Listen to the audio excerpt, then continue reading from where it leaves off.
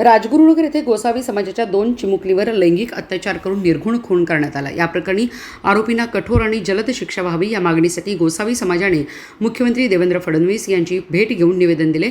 तर कारवाईच्या आश्वासनानंतर राज्यातील जनाक्रोश मोर्चा स्थगित करावा असे आवाहन गोसावी समाजाचे नेते आकाश गोसावी यांनी दिले।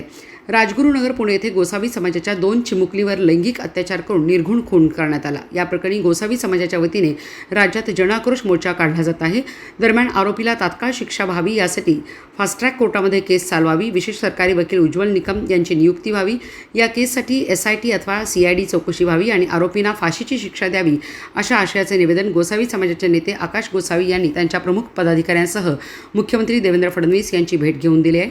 यावेळी मुख्यमंत्री देवेंद्र फडणवीस यांनी पीडित कुटुंबांना 10 लाखाची राशी जाहीर केली आहे। तसेच कारवाईचे लेखी आश्वासन मिळाल्यानंतर राज्यामध्ये सुरू असणारा गोसावी समाजाचा जनाक्रोश मोर्चा स्थगित करावा असे आवाहन गोसावी समाजाला गोसावी समाजाचे नेते आकाश गोसावी यांनी केले।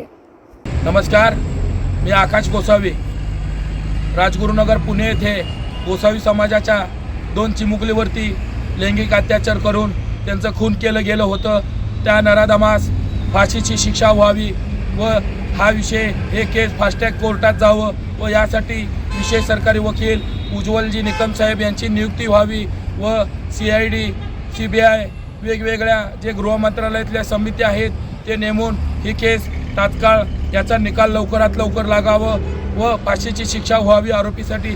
यासाठी काल आम्ही महाराष्ट्राचे आदरणीय मुख्यमंत्री देवेंद्रजी फडणवीस साहेब यांना निवेदन दिली व याविषयी चर्चा केली असता त्यांनी तात्काळ मुख्यमंत्री सहायता योजनेतून पीडितांना 10 लाख रुपयाची मदत केलेली आहे व त्यांनी आम्हाला आश्वासन दिलेलं आहे।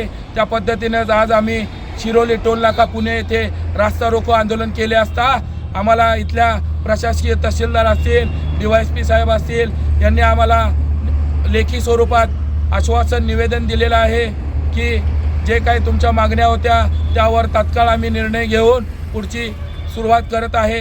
हे त्यांनी आश्वासन लेखी स्वरूपात पत्र दिल्यामुळं आम्ही आत्तापासून आवाहन करतोय की पूर्ण महाराष्ट्रातल्या भारतातल्या गोसावी समाजांनी आपल्याला त्यांनी जे काय आपली मागणी होती त्याबद्दल त्यांनी लेखी पत्र दिलेले आहे। तरी सर्व गोसावी बांधवांनी हे जे काही आंदोलन आहे, हे जे काही जन आक्रोश मोर्चे आहे हे जागीच थांबवावे।